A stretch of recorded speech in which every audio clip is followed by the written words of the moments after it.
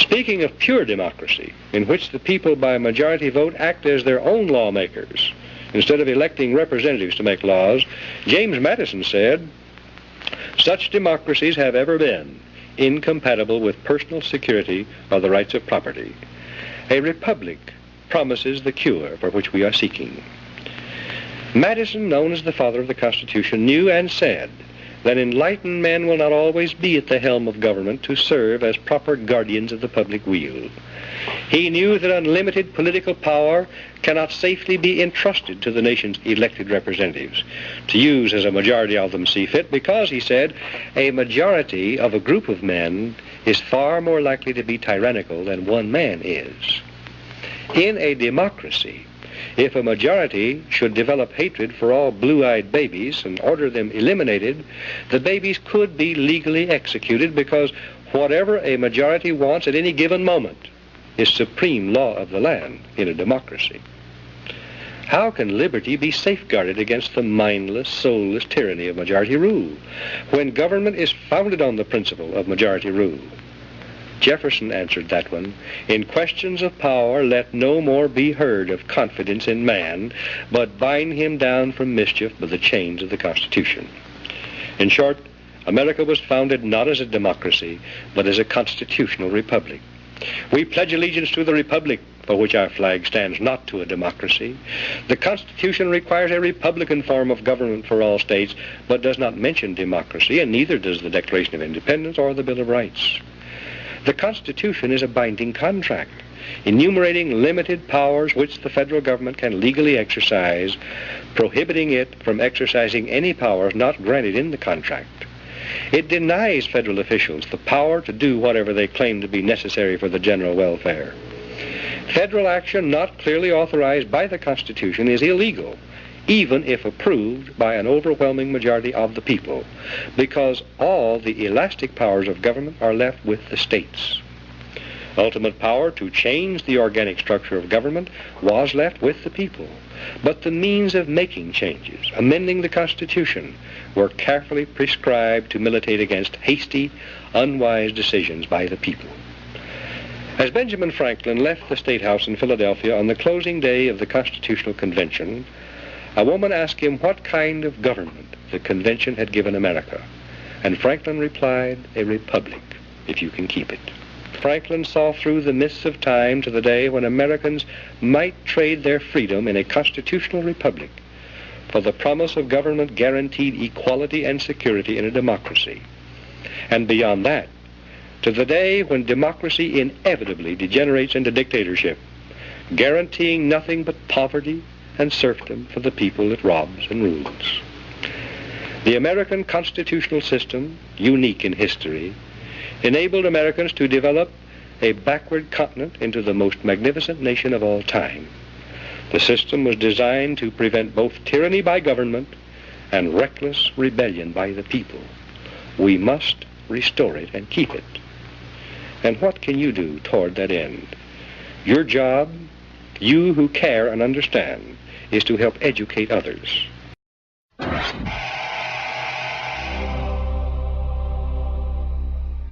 This program includes dramatic reenactments of scenes which depict real events and contains material which is intended for George Bush. So welcome to the show. Today, more drugs are coming into America than ever before. We have the best intelligence in the world. We could stop anything we want to stop. You still may know little about the CIA's involvement with drug lords. Happened in Vietnam. Happened in the Iran-Contra affair. This was a multi-billion-dollar business. Even more menacing, The CIA have gone into the drug trade and are trying to take over the government. Hey, it's funny. In the war On drugs, which side is the CIA on? When you think crack, don't think black. When you think crack, think CIA. Crack. The CIA. Crack. The CIA. Crack. The CIA.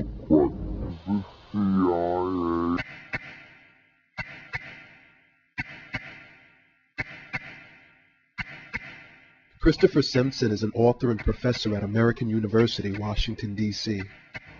The CIA's operational directorate, in other words, that's their covert operations, paramilitary, dirty tricks, call it whatever you want, has, for at least 40 years that we can document, paid for a significant amount of its work through the sales of heroin and cocaine. It happened in Vietnam. It happened in Afghanistan. It happens in South America. It happened in the Iran-Contra affair.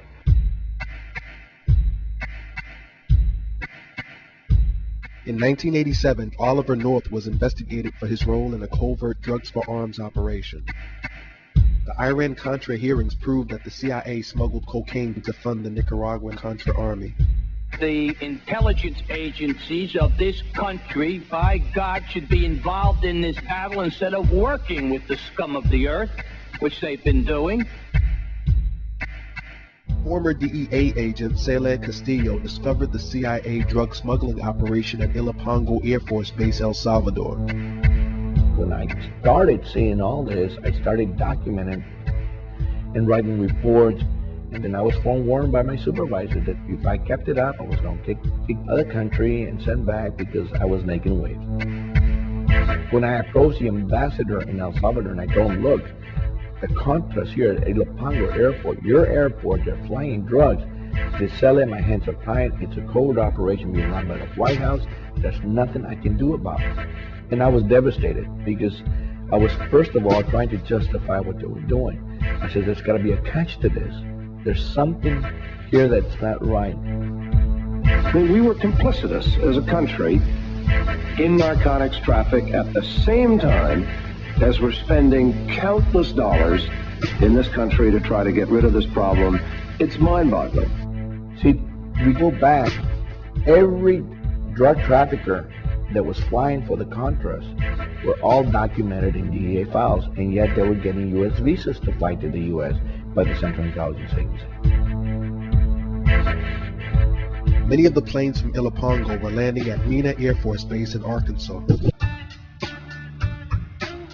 Arkansas journalist Mara Leverett investigated the drug smuggling operation. A tremendous volume of cocaine was coming into the state.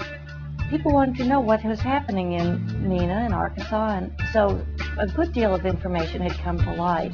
Arkansas had been the home base for this major international drug smuggler, and he had been able to operate without being stopped. In January 1986, Barry Seal was subpoenaed by the Arkansas grand jury investigation of the Mena connection. He became a government informant. My top load paid me $1.5 million for a single trip.